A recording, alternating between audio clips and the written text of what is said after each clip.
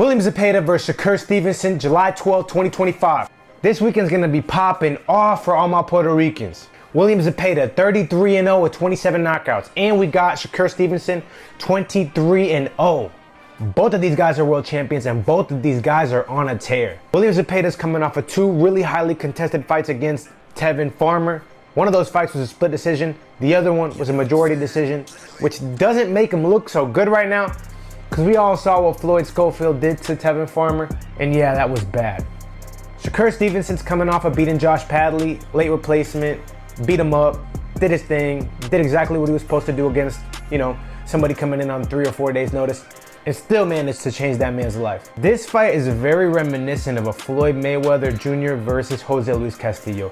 At the time, Jose Luis Castillo was very, very dominant. He was beating up everybody else. I don't know if you guys remember around that time, but he was beating up everybody else. And he gave Floyd a hell of a lot of problems in the first fight. Floyd figured out a way to decipher him in the second fight, but everybody knows that that was his most competitive fight of all time. That's the only fight on Floyd Mayweather Jr.'s resume that a lot of people don't think he won. Shakur Stevenson could find himself in a situation like this. Obviously, Turk Sheik was, poking fun at him, talking about how they're gonna make the ring shrink, this, that, and the other. But Shakur Stevenson is a master in his craft. He knows how to utilize the ring, and it's gonna be up to William Zapeda to cut off the ring. William Zapeda has the perfect style to give Shakur Stevenson a lot of problems.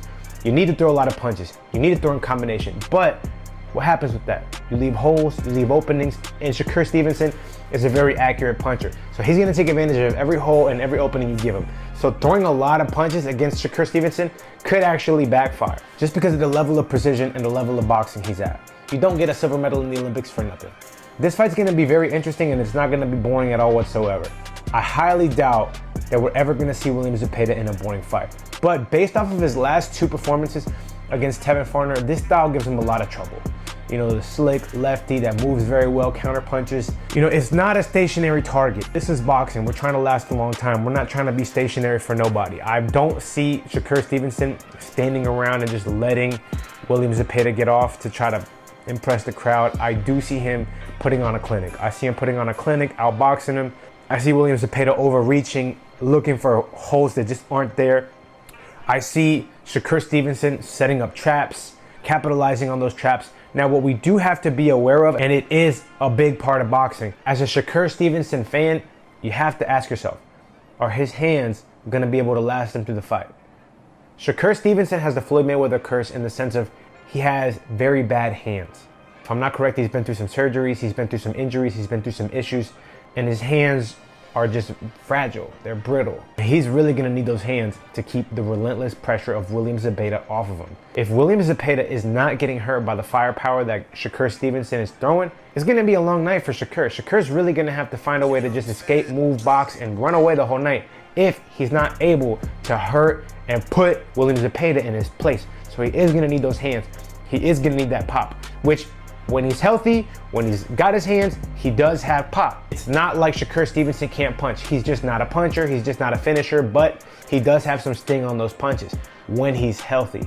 So hopefully we get the best version of Shakur and we get the best version of William Zapeda. I do love that William Zapeda is gonna bring a relentless style that we've never seen Shakur face before. Against Oscar Valdez, against Josh Padley, against Jamel Herring. Those guys were all boxer punchers, pure boxers, guys that just weren't at the level of Shakur, so Shakur kind of easily had his way against those guys. But when we're talking about William Zapeda, Shakur Stevenson has not yet faced somebody at the level of William Zapeda with the style of William Zapeda, and I'm sure William Zapeda is going to be hungrier than ever. He's ready to fight, he's ready to win, he's going to come out there, and I'm sure his game plan is to throw a whole lot of punches from round one. I can see him overwhelming Shakur Stevenson at times, and if Shakur Stevenson can't put a pop on him, can't hurt him, can't stop him, he's gonna have to figure out a way to be a lot more cunning and just figure out a way to win regardless, which I think he'll do. I think he's gonna find a way to win regardless, even if he's not able to hurt William Zapeda. But at the end of the day, I do think that it's really gonna help him a lot, and it's really gonna be beneficial for him to be able to, sting him a little bit, because that William Zapeda is not an easy fight. Styles make fights, and Tevin Farmer is a little bit different. he is a little shorter. He is a little bit more difficult of a target to hit. You know, if you're shooting from a downward angle, Shakur Stevenson is taller, lankier, longer, is more of a target than a short and stocky guy like Tevin Farmer. Both are incredible movers, but I do think that it's a different stylistic matchup. And another advantage that William Zepeda is bringing to the table is that now he's very familiar with the slick lefty style. So I think that's gonna really be beneficial coming into those fights. But at the end of the day, he got dropped against Tevin Farmer. He didn't look so hot against Tevin Farmer. He really had to find his way and adjust to Tevin Farmer to be able to beat him. And both times were a little bit controversial. There's some people out there that actually thought Tevin Farmer won both of those fights. So you also have to take that into consideration. You know what I mean? We have to be real with that. Based off of that, I see why William Zepeda is such a heavy underdog, but we can't count him out. 33-0, 27 knockouts, relentless pressure, non-stop throwing punches, punches hard, working the head, working the body. It's going to be very interesting to see how Shakur Stevenson is able to maneuver this situation. This is a new situation that he's going to be put into. This is a new level that Shakur Stevenson is going to be reaching. So once he performs against William Zepeda, we're going to see where he's at. If it's going to be Floyd Schofield next, if it's going to be Gervonta Davis next, if he could even hang with those guys, if he's way above that level. I don't see Schofield on the level of Shakur Stevenson. I just see him as a very powerful puncher. That isn't enough to beat Shakur Stevenson. Depending on one punch isn't going to be enough for a guy like Shakur Stevenson. I think Shakur Stevenson has his way with a guy like Schofield who's depending on one big punch. What I like about Zapeda is that he's not going to be depending on one big punch. He's going to be depending on combinations, and he's got power, but not devastating power. So he's going to have to throw a lot of punches. He's going to have to break down Shakur Stevenson and beat him up.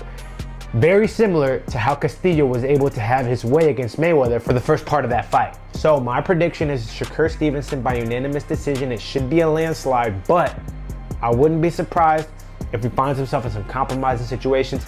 Maybe he gets hurt, maybe gets beat up, maybe he gets hurt with a body shot here and there. He might not show it in the fight, but I wouldn't be surprised if afterwards he tells us, yeah, man, that guy can hit. Yeah, you know what I mean? I felt something here, felt something there. You know, he said Oscar Valdez hurt him. He's just very, very good at the poker face. He's never going to show any emotion in the ring. He's so disciplined in the ring. He boxes so well in the ring. He moves so well in the ring that I don't see it being very apparent if he does get hurt by William Zepeda. But don't get it twisted. William Zepeda is no Oscar Valdez. He's bigger, stronger, better, younger. He's just everything that Oscar Valdez was not. So this is going to be a really, really interesting fight. How you guys see this fight playing out? Do you think his hands are going to hold up? Because for me, that's the only thing I'm a little bit worried about. I'm a little bit worried about Shakur's hands. You know, that got me a little bit nervous. If his hands don't hold up in the fight, he's going to be in big trouble. He's going to be in big trouble because, yo, Zapeda is relentless, dude. He's relentless. He just doesn't give up. He doesn't quit. He doesn't stop throwing punches.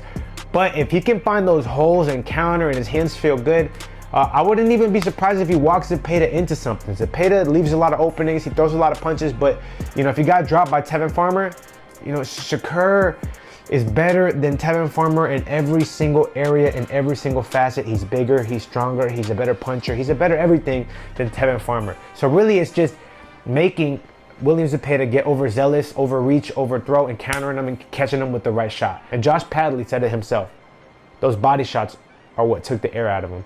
So Shakur Stevenson is really gonna have to work that body too. If he works the body properly, counters properly, does his thing the way he normally does it, I would not be shocked at all if Shakur Stevenson stops William Zepeda from rounds 9 to 11. You know what I'm saying? Let me know what y'all think in the comments down below. Hit me with the like, comment, subscribe. Holla at your boy, baby. I love y'all.